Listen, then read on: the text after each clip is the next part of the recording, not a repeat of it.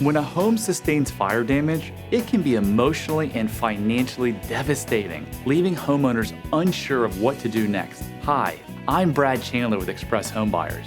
We're a local company that buys homes as is with no need for restoration or repairs, even after a fire. You're left with two choices when it comes to a fire-damaged home. You can restore the house or you can sell it as is. Selling is the easier solution in many cases. You won't have to deal with hiring contractors, managing the process, and if the home is your primary residence, you won't have to live through the process. And if you received insurance money to repair your home damage, you can keep that to invest in your next home. You can sell your fire-damaged home to us with no repairs and we'll buy it for cash.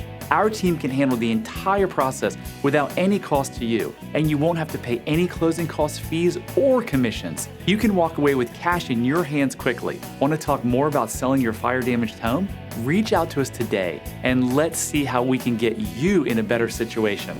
Express Home Buyers.